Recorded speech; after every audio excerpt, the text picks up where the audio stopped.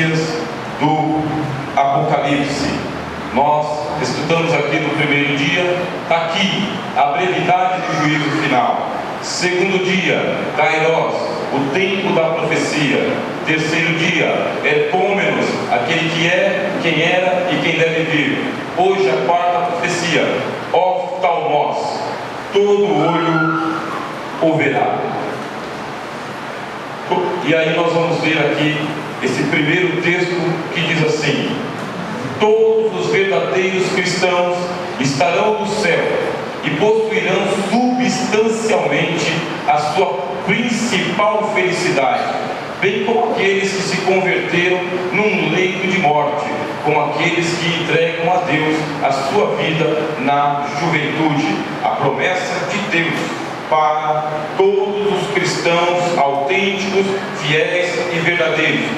Todos estarão em pé diante de Deus, ainda que tenha padecido a morte, seja a morte por um morticínio, seja a morte por acidente, ou o que a gente chama de morte natural, ou morte por martírio. Estas pessoas estão garantidas na salvação de Cristo. Mas os vivos também serão contemplados, e é isso que nós vamos ver nesta noite. Jesus Cristo vem e todo olho o verá. Todos os homens verão a face de Cristo. Está escrito, Apocalipse capítulo 1 e o versículo 7. Vou pedir para que toda a igreja leia comigo. 1, 2, 3. Eis que vem com as nuvens, e todo olho o verá, até os mesmos que o traspassaram, e todas as tribos da terra se lamentarão sobre ele. Sim, amém. Apocalipse capítulo 1 e o versículo 7. Este mesmo versículo, ele está escrito em grego. Aqui nós temos a palavra opsetai, e depois nós temos oftalmos. Esse termo está falando sobre o olho e a visão. O olho e a visão. Vocês sabem que o Novo Testamento foi escrito em grego. Depois ele foi traduzido para todas as línguas e, graças a Deus, foi traduzido também para o português. E a Bíblia está dizendo, novamente, o tema do encontro com Deus é retomado pelo Apocalipse. Mas aqui, no 7º versículo, todos os homens verão a face de Cristo. O que nós vimos no dia passado é que vai haver um encontro entre Deus e os homens. Mas o encontro entre Deus Pai e os homens só acontecerá entre Deus e os seus filhos, aqueles que foram alcançados pelo Evangelho. Nem todas as pessoas verão a Deus, porque está escrito: sem paz e sem santificação ninguém verá a Deus. Antes de nos encontrarmos com Deus, nós temos que passar por Jesus, temos que passar pelo Calvário, temos que ter um encontro com Cristo e Ele nos preparar para o encontro com Deus. Como Pai, somente aqueles que foram convertidos pelo Evangelho é que serão alcançados e o verão. Agora, com o Filho acontece algo diferente. A Bíblia está dizendo: todo olho o verá.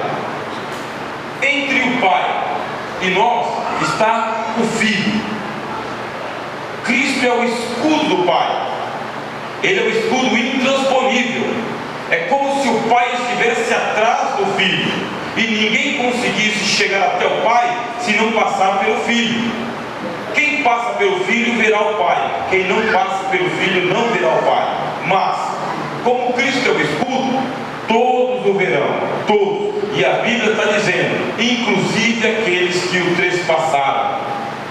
No sermão profético, o Senhor Jesus disse que os homens verão vir o Filho do Homem nas nuvens, com grande poder e glória. Ele virá acompanhado de uma comitiva de anjos, os quais ajuntarão os seus escolhidos desde os quatro ventos, da extremidade da terra até a extremidade dos céus. Marcos 13, esta profecia de que o Senhor Jesus ele seria visto por todos os homens em todos os lugares, ela é tão antiga que Judas, o irmão do Senhor, escreveu: eis que vem o Senhor no meio de milhares de miríades de anjos. Judas escreveu isso, só que ele disse que quem escreveu, quem profetizou a vinda de Jesus foi Enoque, o sétimo homem depois de Adão. Enoque, ele já vivia antes do dilúvio, antes de Noé. Ou seja, esta profecia, ela não é do Novo Testamento. Esta profecia é do primeiro livro da Bíblia e do sétimo homem depois de Adão. Deus já tinha revelado a segunda vinda de Jesus muito antes de tudo acontecer. E a profecia diz: Jesus virá, não virá sozinho, ele virá acompanhado de uma comitiva de anjos, e estes anjos ajuntarão os escolhidos de Deus, estejam eles onde estiverem, da terra até a extremidade dos céus. E se você quiser, pode glorificar a Deus, porque nesta noite está sendo dito para você: Jesus Cristo está voltando para buscar o seu povo. Só que nós temos uma palavra lá que nos deixa assim pensativos, porque ele vem todos o verão, inclusive aqueles que o trespassaram. Olha aqui a palavra: eis que ele vem com as nuvens, e todo olho o verá, até os mesmos que o traspassaram. Isso aqui é um enigma, meus irmãos. A palavra traspassaram é essa daqui, ó, que vocês estão vendo em grego. É uma palavra que até para pronunciar ela no português fica difícil. O principal significado de exequentensan. Exequentensan.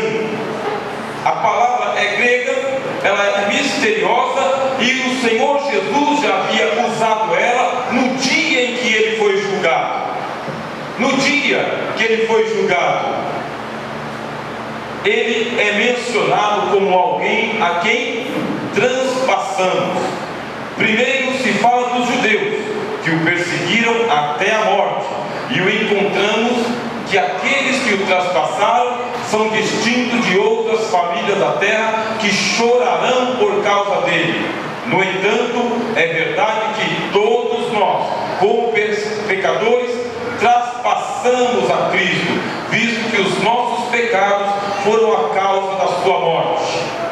O primeiro sentido é o seguinte: Cristo ele virá dos céus, todo olho o verá, inclusive aqueles que o crucificaram, que o traspassaram como os cravos. O primeiro sentido é aqueles judeus que crucificaram o Senhor Jesus serão testemunhas, estejam eles onde eles estiverem, serão testemunhas da volta de Jesus. Mas não somente os judeus do primeiro século, e também todos os homens onde quer que eles estejam, porque todos nós somos culpados pela morte de Jesus. Ele morreu por nós, ele morreu por nossa causa, ele morreu para nos salvar, ele morreu para nos libertar, e todos nós veremos a volta de Jesus. Agora, nossos tradutores encontraram grande dificuldade com o termo exequentesan e nos transmitiram a ideia de transpassaram, atravessaram, perfuraram, perseguiram, ou seja, crucificaram.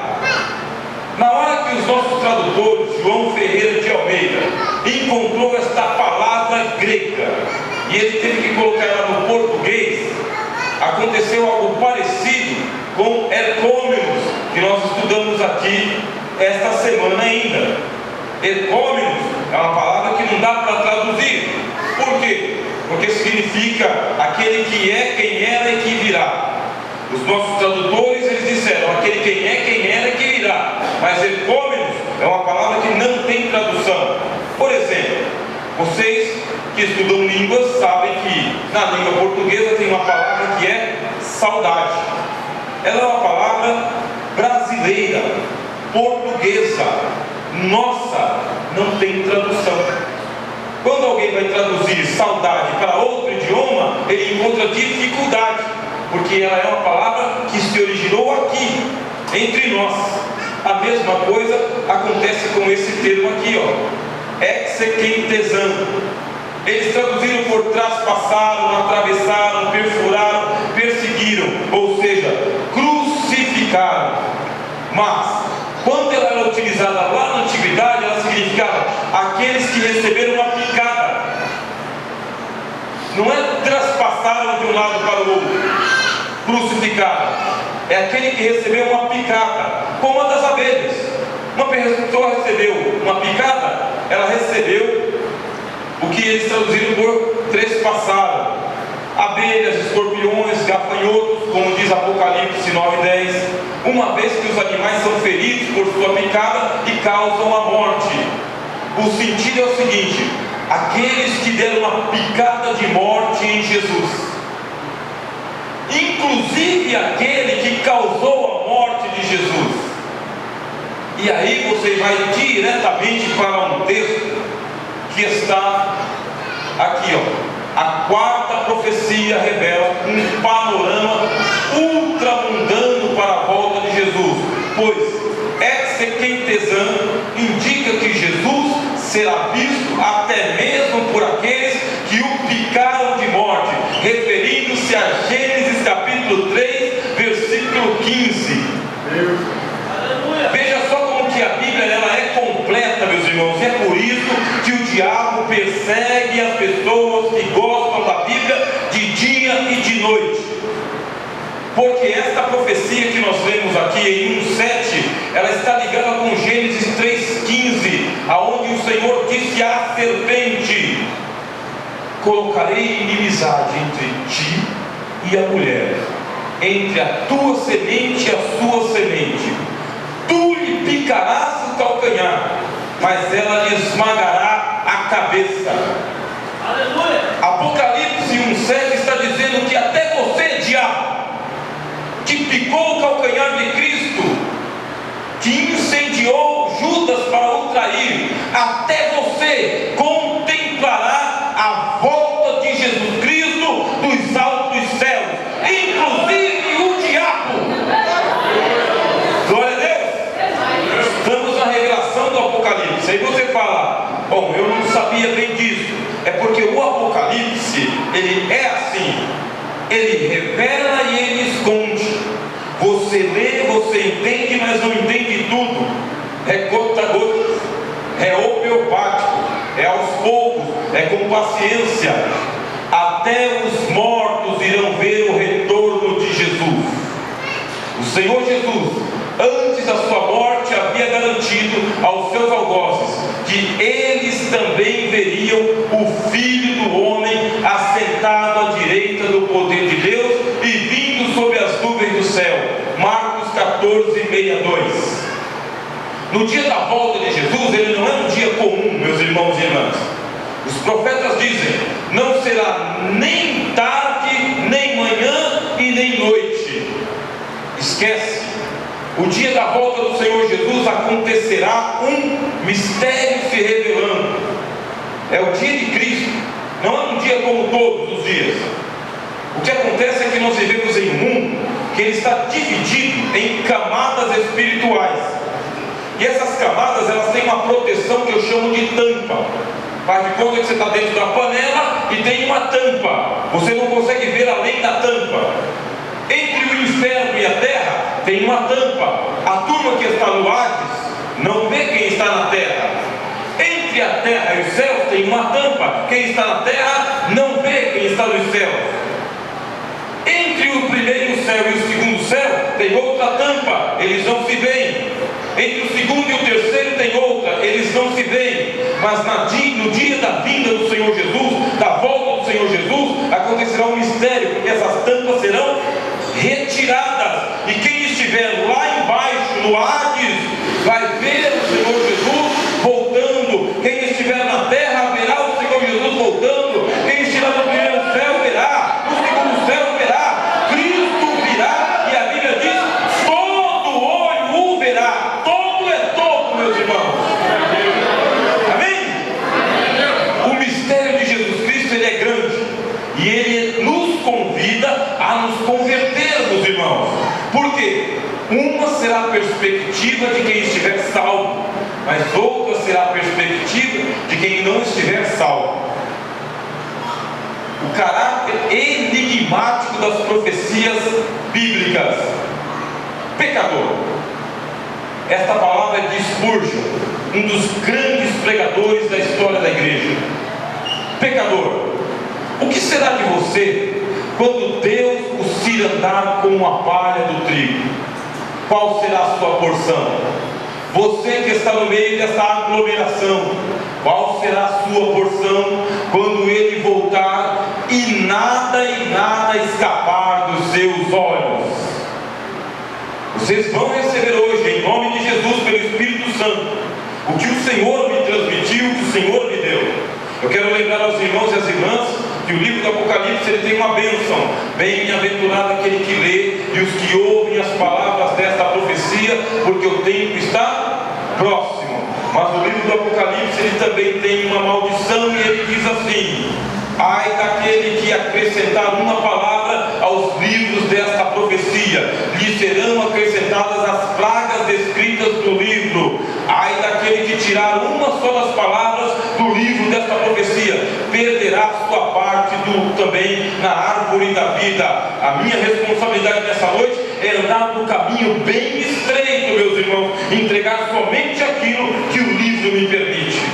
E o livro está dizendo que o Senhor Jesus volta. E Spurgeon, ele perguntou: pecador, o que será de você quando Deus o cirandar com a palha do trigo? Qual será a sua porção? Você que está no meio desta aglomeração, qual será a sua porção quando ele voltar e nada escapar dos seus olhos? Spurgeon está se referindo à profecia de João Batista. Ele disse: Jesus tem uma pá na mão, ele vai entrar na sua eira, e no dia da sua volta vai ter um vendaval gigantesco, meus irmãos. Estou falando por profecia. Nesse vendaval ele vai levantar o trigo e a palha, trigo e palha, trigo e palha. E aí João Batista disse: aquele que for palha cai do lado de fora da eira, mas aquele que for trigo ficará dentro da eira, e o que for trigo será amarrado e levado para o celeiro, mas o que for palha será destinado para o fogo. Aí Spurgeon pergunta: qual é a tua parte na história da salvação? Você é trigo ou você é palha? Está preparado ou não está preparado? Verá Jesus ou ficará com medo de Jesus? A Bíblia está te chamando nessa noite a tomar uma posição. Aleluia! Glória a Deus! Os 4.000 anos de profecias do Antigo Testamento não deram conta em esclarecer o enigma da primeira vinda de Jesus. E os 2.000 anos de estudo nas profecias do Apocalipse continuam tropeçando nas revelações de João. Irmãos e irmãs, 4.000 anos de Antigo Testamento preparando a vinda de Jesus. Quando ele veio, o povo judeu não o reconheceu. João capítulo 1: veio para o que era seu, mas os seus não o receberam. O mundo foi feito por ele, mas o mundo não o conheceu. 4.000 anos. Havia uma quantidade de professores quando Jesus veio da primeira vez, que era uma quantidade absurda de professores de teologia e de pregadores na primeira vinda de Jesus. Os historiadores, eles calculam que haviam quase 400 sinagogas espalhadas pelo mundo judeu quando Cristo veio da primeira vez, entre a Galileia e até Jerusalém. 400! São muitas sinagogas, muitos ensinadores, muitos professores, lendo a Bíblia do Antigo Testamento, de dia, de tarde e de noite, à luz de vela diz: a pedra principal de esquina que Deus estabeleceu para a salvação foi rejeitada pelos edificadores.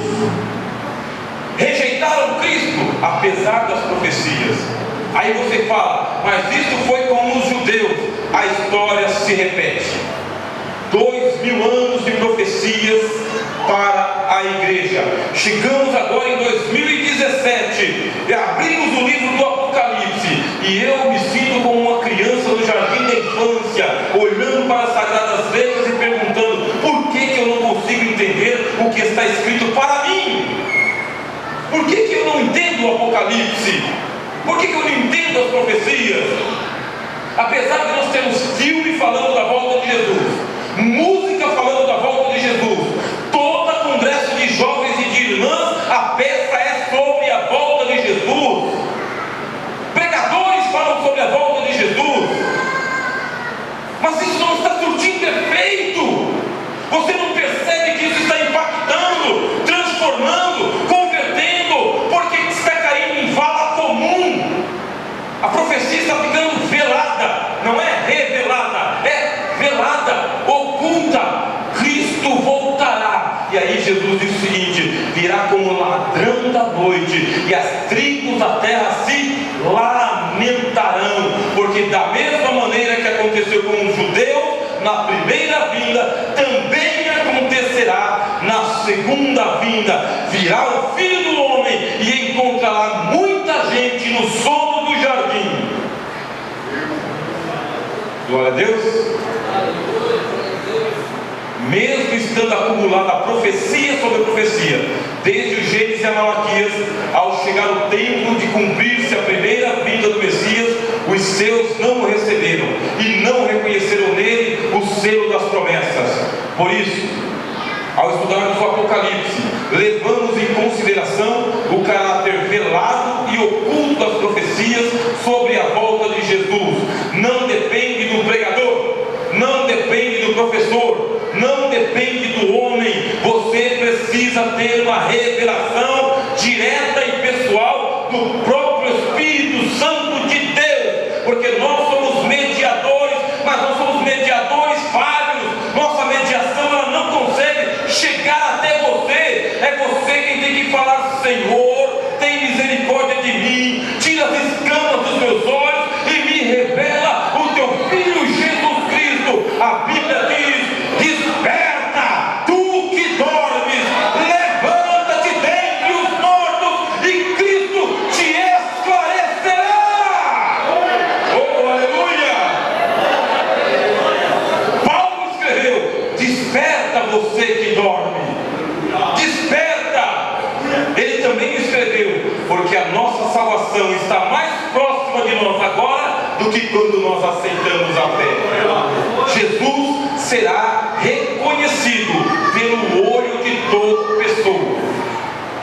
Para o Apocalipse, o retorno de Cristo não será invisível, pois todo olho o verá. A expressão de João em grego é essa daqui: será percebido, visto, experimentado e reconhecido por todo e cada olho e visão. Esse texto grego que vocês estão vendo aqui, na tradução que nós lemos, é exatamente isso que eu estou falando a vocês. Eu tomei todo o cuidado, orei ao Senhor e falei: Pai, não me deixa tropeçar. Fui aqueles que são muito mais estudiosos do que eu, e aí eu vi que um concordava com o outro, quando eles diziam: olha, o texto significa que ele, Jesus, será percebido, visto, experimentado e reconhecido por todo e cada olho e visão. A tradução pode ficar assim: ele, o próprio Jesus, será visto e reconhecido pelo olho de cada pessoa. Vai acontecer uma interrupção na linha do tempo crônico. Segundo o dia da profecia, eu falei para vocês que tem diferença entre Kairos e Cronos. O dia da volta de Jesus não é o dia 1º de janeiro, 25 de dezembro, 4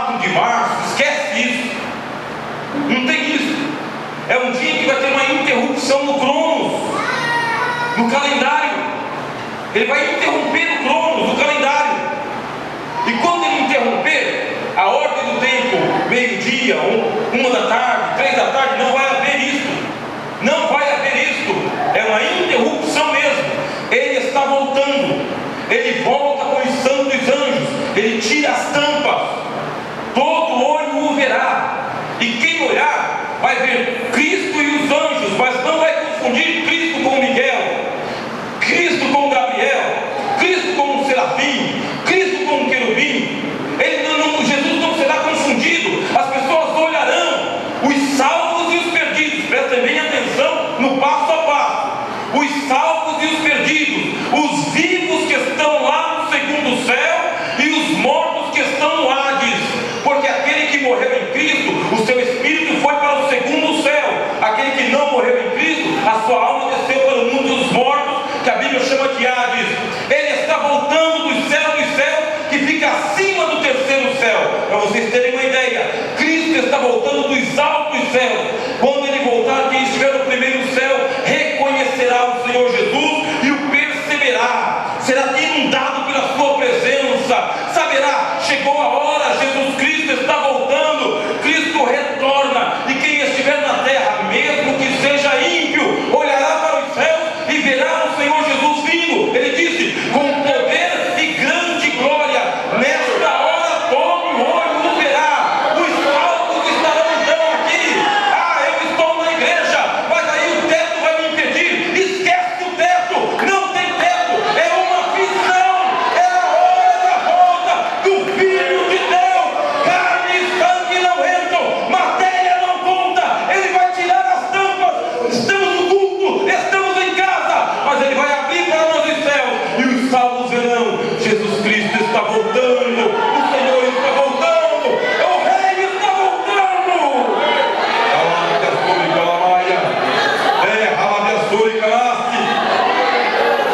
Será um momento, meus irmãos, assim extraordinário, porque ao mesmo tempo em que Jesus estiver voltando, as pessoas perceberão Jesus do lado.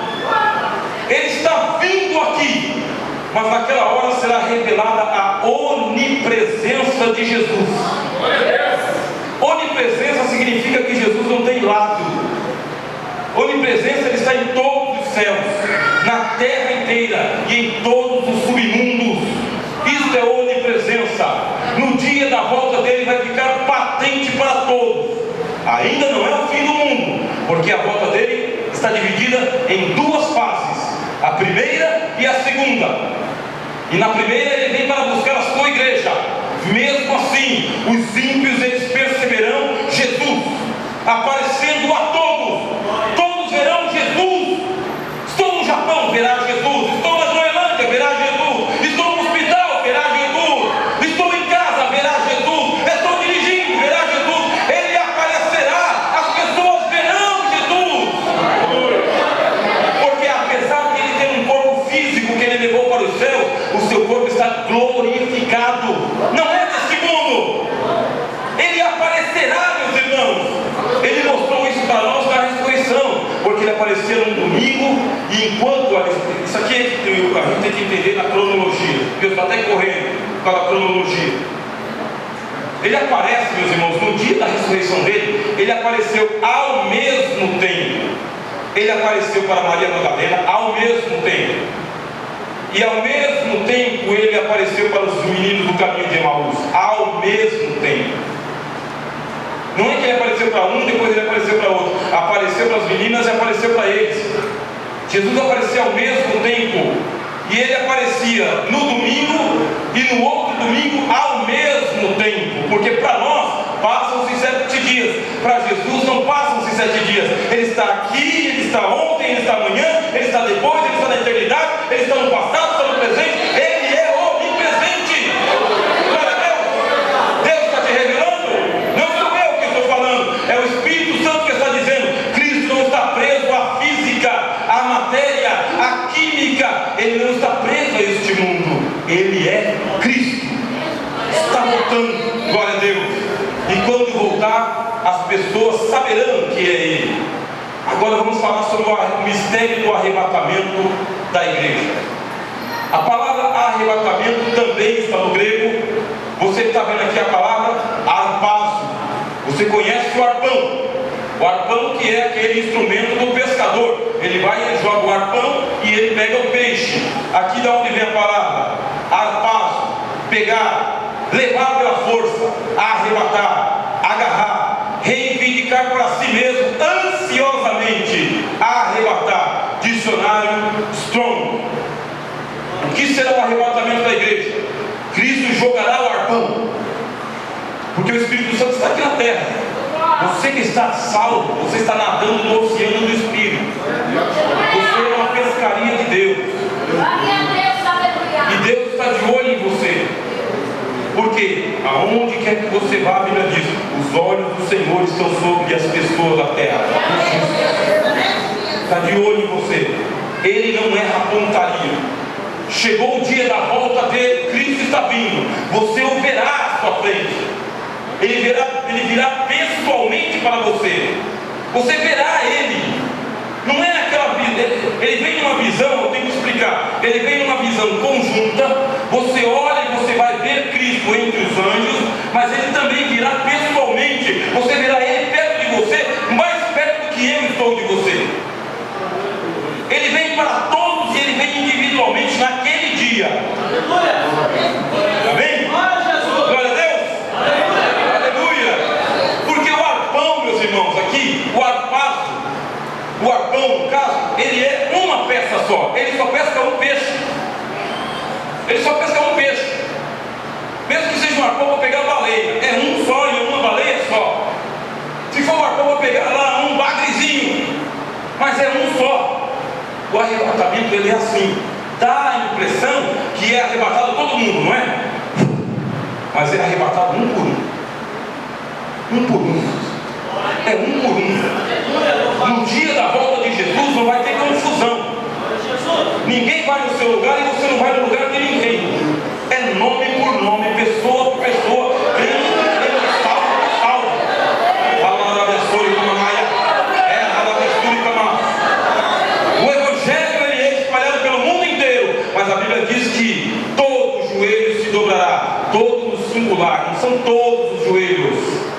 Vocês entenderam o que é a Bíblia? Por que nós devemos amar a palavra? Todo no singular, todo joelho se dobrará, e toda a língua no singular confessará que Jesus Cristo é o Senhor. Você tem que ter um encontro pessoal com Cristo, direto com Cristo, porque o arpão é singular. Ele vai lançar aonde você estiver, e é um arrebatamento. Por que um arrebatamento? Porque aí some a ordem do tempo. Não tem ordem do tempo. Você não vai perceber o relógio contando, sabe, 5 milionésimos de segundo. Você não vai perceber isso. Você sai do tempo e você entra para a ordem da eternidade, e na ordem da eternidade acabou a pressa. Não tem pressa, não tem cronômetro, não tem relógio, não tem nada, não tem câmera lenta, não tem câmera rápida. Você está entrando para o reino de Deus. Você é tirado rapidamente da terra, porque você vai ver Cristo. Mas naquela hora, a ordem do tempo já parou, e você está em êxtase com Cristo. Se você estava morto, você sai dos segundos céus, e você faz mais ou menos isso. Você vai fazer isso. Não dá para contar. Você está no segundo céu, entre todos aqueles que morreram com fé em Cristo. Mas você está vendo Jesus voltando. Ele está perto de você. Você passa, pega seu corpo e você está com Cristo de novo. É reino, é o mundo de Deus, é o mundo do Espírito, é o mundo do mistério. É aonde Jesus disse que nós temos que crer, adorando a Deus em espírito e em glória a Deus. Glória a Deus. Glória a Deus. A doutrina do arrebatamento está ocultada por Deus, e mesmo as profecias que falam dele são enigmáticas, raras e intrigantes. Jamais aconteceu na história bíblica algo semelhante de proporções universais. Por mais que a gente se esforce, é um mistério. é um mistério, é um enigma guardado por Deus dentro lá do peito dele, entendeu? Aí de vez em quando ele fala: olha, viu? Não, pois é um mistério o arrebatamento. A gente faz de tudo para crer, para entender, para pensar, para orar, para buscar. Senhor, me mostra. Aí de vez em quando você fala: tive um sonho com o arrebatamento. Como foi? Aí você tenta contar e não consegue. É um mistério. O que? A gente se pergunta: o que precisa acontecer antes do arrebatamento? Aqui um ponto mais crítico ainda. O arrebatamento não pode acontecer enquanto os céus estiverem tomados pelos anjos do dragão, os quais são identificados como principados, potestades, príncipe das trevas e hostes espirituais da maldade. Efésios 6,12. Eu disse aos irmãos e às irmãs que nós temos tampas, e existe uma diferença entre o primeiro, o segundo e o terceiro céu. O primeiro céu é este, que vai daqui até o segundo. E no primeiro céu estão alojados, desde a queda, milhares e milhares de potestades do mal. A Bíblia diz que é uma terça parte de anjos caídos, que formam os exércitos da maldade. O apóstolo Paulo chamou de hostes espirituais da maldade. Anjos que caíram, que se rebelaram contra a soberania de Deus e que formaram um verdadeiro pavilhão de oposição a Deus. Eles não estão na terra diretamente, eles estão no primeiro céu. E aí a Bíblia diz que existe uma batalha de anjos nas regiões espirituais. Vocês já leram Apocalipse capítulo 12. E houve batalha nos céus. Miguel e os seus anjos batalham, e batalha também o dragão e os seus anjos. E o dragão arrastou após si uma terça parte dos anjos em rebelião. Essas hostes, elas são tão perigosas, que um anjo do mal resiste a 2 anjos do bem. Um anjo do diabo resiste a 2 anjos do arcanjo Miguel. Tão perigosas que elas são. Elas só foram vencidas, ou melhor, despojadas, vencidas e despojadas por Jesus, porque só o Filho de Deus tem autoridade contra elas. Ele venceu. O apóstolo Paulo escreveu aos Colossenses: despojou as potestades de qualquer autoridade que elas tinham. Não tem mais autoridade. Acontece que elas continuam oferecendo resistência, mas o exército do arcanjo Miguel continua lutando. Chegará um dia em que Deus concederá vitória ao arcanjo, e então essas principados e potestades, diz Apocalipse 12, serão desalojados. Eles desalarão, serão lançados para a terra. O primeiro céu ele ficará limpo. Não haverá um só demônio que estará podendo voar além do limite da terra. Vai ficar preso aqui, mas serão lançados todos para a terra. Prestem atenção, o que será a grande tribulação, meus irmãos. Esses principados, eles não descem diretamente para a terra, não é porque eles não querem, é porque eles não podem. Eles não podem. Eles estão aprisionados no primeiro céu. É a arena de batalha, é a arena de guerra, é onde Deus estabeleceu que seriam vencidos. Porque se pudessem, desceriam, mas Deus nos limitou. Acontece que quando perderem a batalha, que as tampas forem tiradas, é o dia da volta de Jesus, eles serão derrubados diretamente para a terra e não poderão voltar mais para os céus. O que é a grande tribulação? É a presença de Satanás e esses anjos, que um anjo resiste a 2 anjos. Estou aterrorizando os irmãos? Só estou mostrando o que está escrito, meus irmãos. E estou mostrando com palavras, porque quem pode mostrar com uma revelação é só o Espírito de Deus. Se não der para eu ir na primeira vinda de Cristo, eu vou depois na grande tribulação, com o diabo e os demônios soltos na terra. 42 vezes nós lemos aqui no primeiro dia da profecia. Todavia, antes do arrebatamento, deve acontecer a primeira ressurreição, pois os que ficarmos vivos para a vinda do Senhor, não precederemos os que dormem, e os que morreram em Cristo ressuscitarão primeiro. Na hora, no dia, naquele momento da volta de Jesus, vai acontecer tudo simultaneamente. Não é alternadamente, irmãos. Alternadamente é primeiro um, depois outro, depois outro. É simultaneamente. Deus dá ordem. O apóstolo Paulo escreveu: dada a palavra de ordem, vai se tocar a trombeta de Deus, não é a trombeta dos anjos, vai se tocar a trombeta de Deus. Essa trombeta é para despertar os mortos.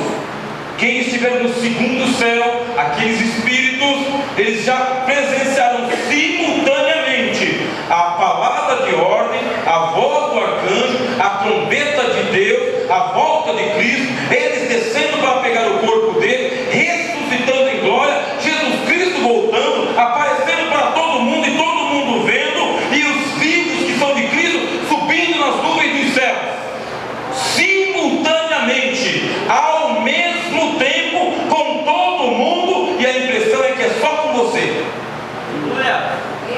Entenderam a linguagem? Conseguiram costurar alguma coisa? Tentaram entrar com a lógica e não conseguiram? Graças a Deus, porque se entrarem com a lógica e conseguirem, a Bíblia diz: Deus chama a sabedoria do homem de loucura ou de vã. O que eu estou falando para vocês aqui é profecia, é uma lâmpada acesa no escuro. É muito mais do que eu estou falando aqui, é bem mais, é além do que pode ser descrito por um pregador, um poeta ou um profeta. Onde os teólogos do arrebatamento erraram? Porque, irmãos, é um enigma. E quando você começa a estudar uma profecia, você é o pioneiro no estudo da profecia, você vai errar. Isso aí é comum.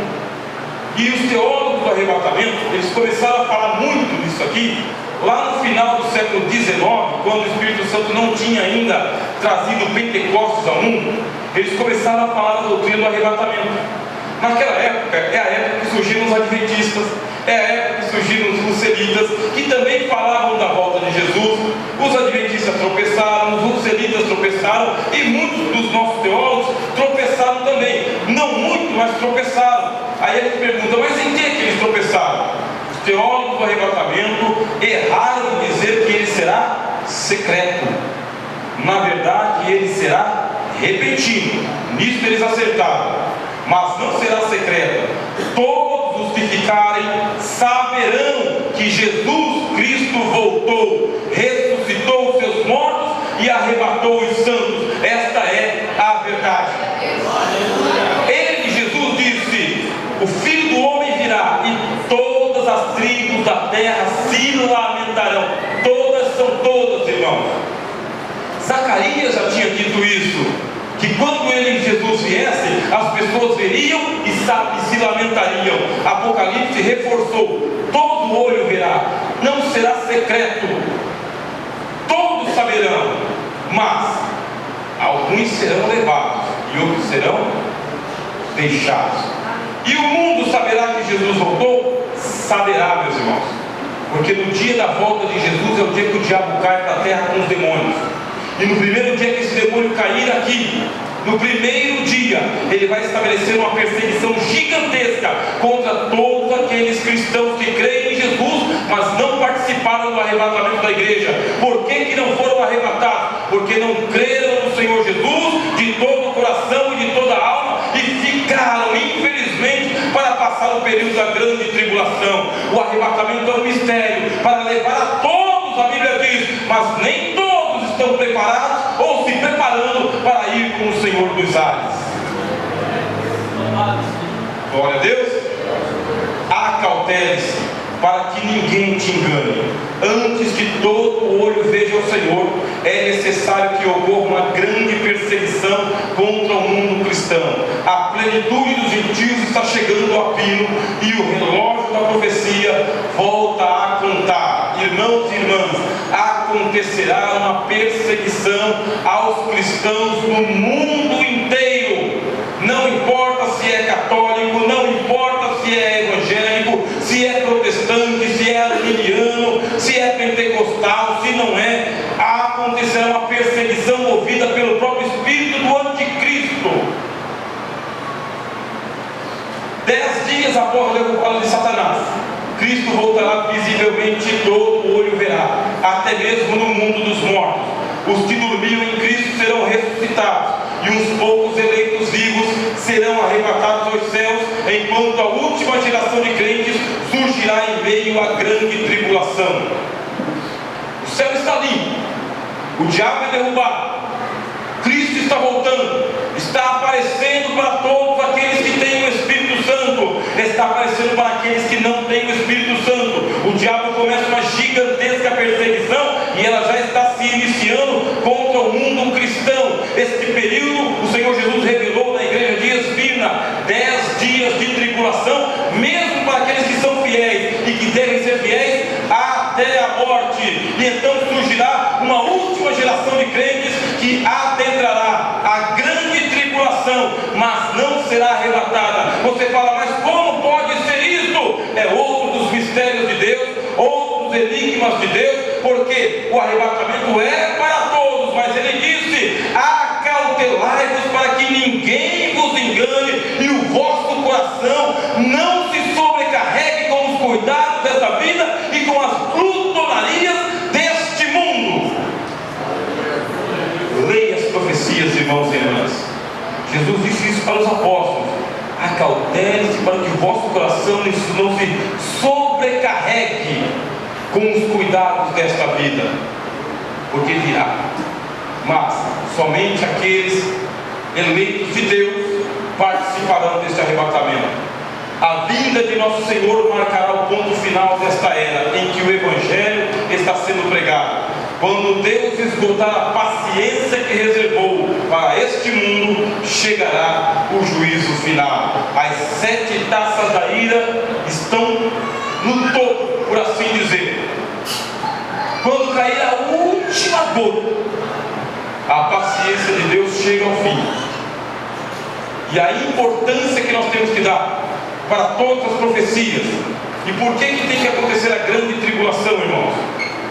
A grande tribulação, ela é um juízo, um julgamento para todos aqueles que rejeitaram Cristo e o Evangelho. Durante 42 meses a terra entrará em grande tribulação. Jesus disse: se aqueles dias não tivessem sido abreviados, nenhuma carne se salvaria. Nenhuma.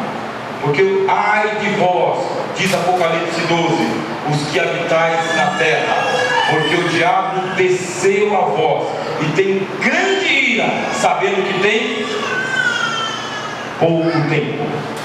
Estão entendendo? Prepare-se para participar da primeira vinda de Jesus. Não se prepare para a grande tribulação. Não adie a sua decisão de pedir perdão a Deus por todos os seus pecados e de se tornar um crente convertido do pé à cabeça. Esforce-se para entrar no reino de Deus. Leia aquelas passagens mais duras da Bíblia. Se você costumava passar por cima daquela passagem que diz: se alguém te bater na face direita, oferece a esquerda. Se te obrigarem a andar 7 quilômetros, anda 14. Dá o que te pedir e não se desvie daquele que lhe quer que peça emprestado. Amai os vossos inimigos, orai pelos que vos perseguem e vos maldizem. Se você evitava ler as passagens mais duras da Bíblia que diz: porfiai por andar pelo caminho estreito, a partir de hoje, leia essas passagens todos os dias da sua vida. Coloque ela como um espelho diante de você e deixe que a Bíblia fale com você e ela faça a sua análise, o seu exame, e ela te apresente como você é sem Cristo e como você é em Cristo. Deixe a Bíblia te limpar, te purificar, te transformar, te converter em nome de Jesus.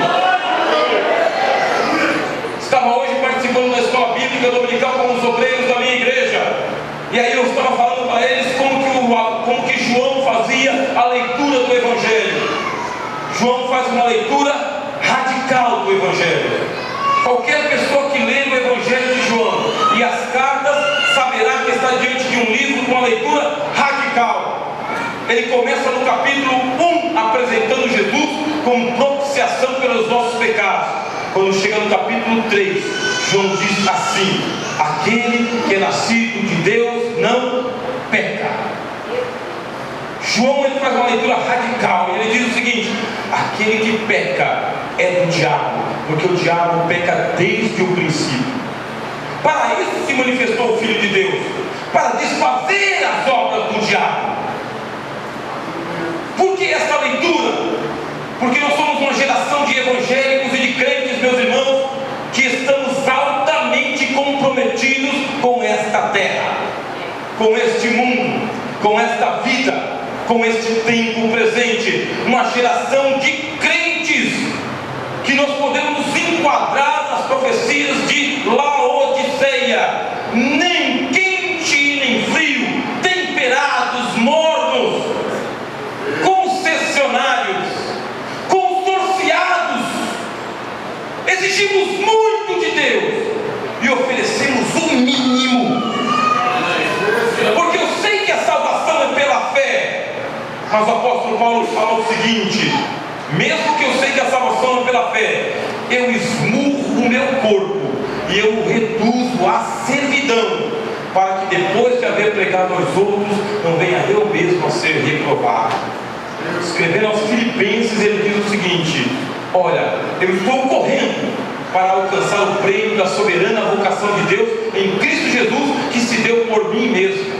Eu não julgo que já haja alcançado a ressurreição dos mortos, mas uma coisa eu faço, é que, esquecendo-me das coisas que para trás fico, avanço para as que estão adiante de mim.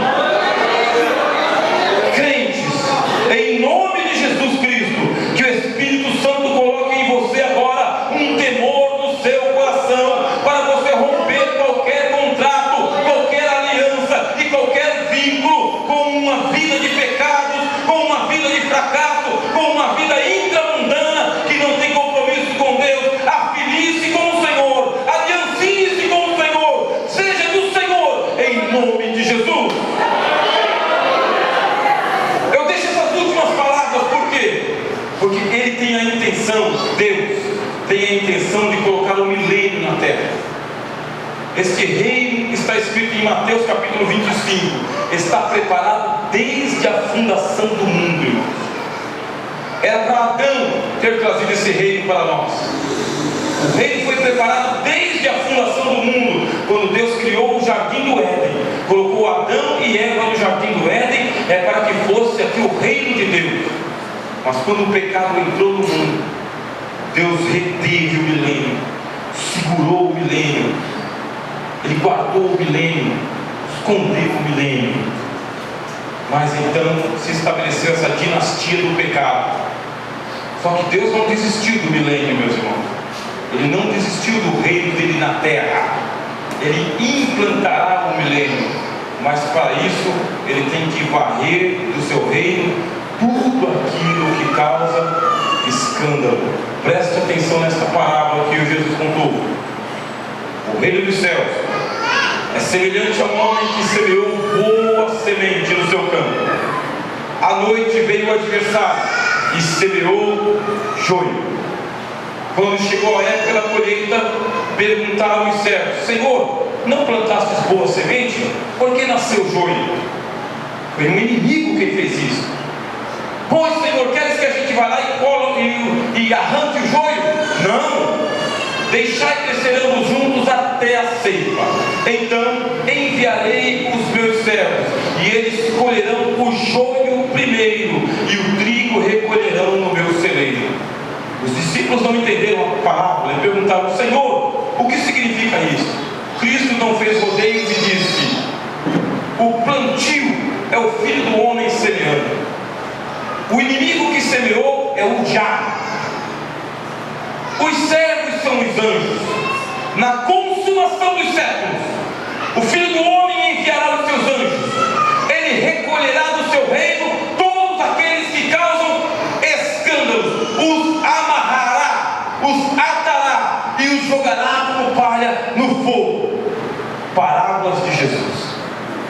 Por que ele fará isso? Porque ele vai trazer o reino, meus irmãos. E neste reino do milênio não entrará um ímpio sequer. Por 42 meses o diabo estará aqui. O Apocalipse vai se desenvolver. Mas lá no capítulo 20, um anjo vem, segura Satanás, amarra ele com uma corrente, joga ele no abismo com todos os demônios deles. O anticristo e o falso profeta serão presos e lançados no inferno. Todos os ímpios serão mortos e serão jogados no Hades, o mundo dos mortos. Mas um punhado de pessoas que passou a grande tribulação não negou o nome de Jesus. Preste muita atenção. Tem gente que é crente de verdade, meu irmão, que não nega Cristo nunca, por nada. Ele é convertido, mesmo diante de Satanás, mesmo diante das hostes demoníacas que estão presas e serão derrubadas na terra, mesmo diante da possibilidade de padecer todos os tormentos, se não receber a marca da besta, não nega, vai até o fim.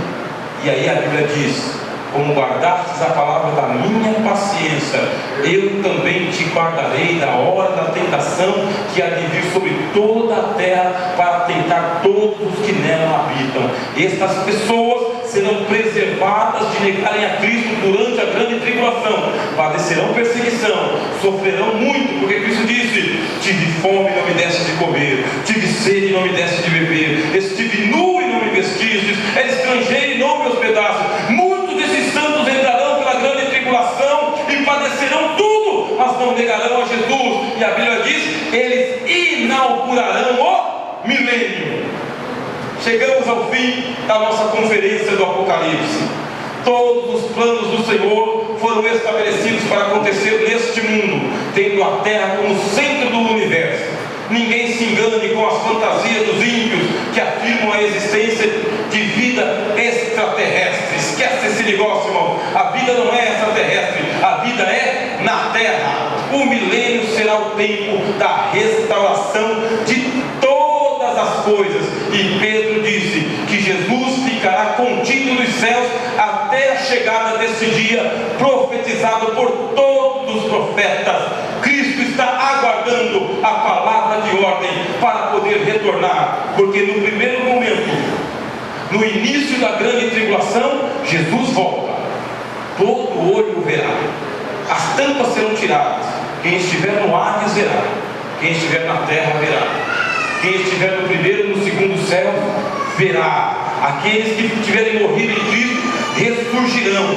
Os que ficarem vivos e forem arrebatados da primeira parte serão levados ao encontro do Senhor nos ares, livres da grande tribulação. Enquanto isso está acontecendo no tribunal de Cristo nos céus, num lugar que Ele preparou para a sua igreja, para galardoar a sua igreja, para recompensar a sua igreja, para adornar a sua igreja, para embelezar a sua igreja, para enriquecer a sua igreja, para alegrar a sua igreja, para contemplar a sua igreja, para banhar a sua igreja, para batizar a sua igreja no fogo, para aperfeiçoar a sua igreja. Esse tempo é chamado de o tribunal de Cristo e bodas do Cordeiro. 3 anos e meio estarão acontecendo e nós que estivermos lá com o Senhor não perceberemos. Mas enquanto isso, Cristo está nos céus conosco, mas também está aqui de olho na sua semente que vai andar na grande tribulação. Quando terminar a boda do Cordeiro, no final, Cristo se levantará, a igreja adornada, a igreja glorificada, a igreja restabelecida,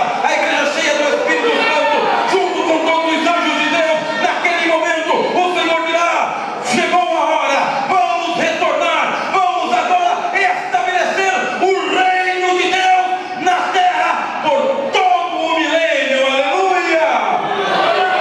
Glória a Deus! Enquanto o milênio não chega, Satanás opera sobre os filhos da desobediência com toda a eficácia, agindo como uma serpente traiçoeira, preparando a humanidade para o advento do anticristo. A grande apostasia profetizada para os últimos dias está enraizada no seio das igrejas. Já o mistério da injustiça opera sobre os filhos da desobediência, mas os eleitos de Deus serão iluminados pelo Espírito Santo Santo e entenderão o santo evangelho conforme ensinam as santas escrituras. Louvado seja o nome de Jesus.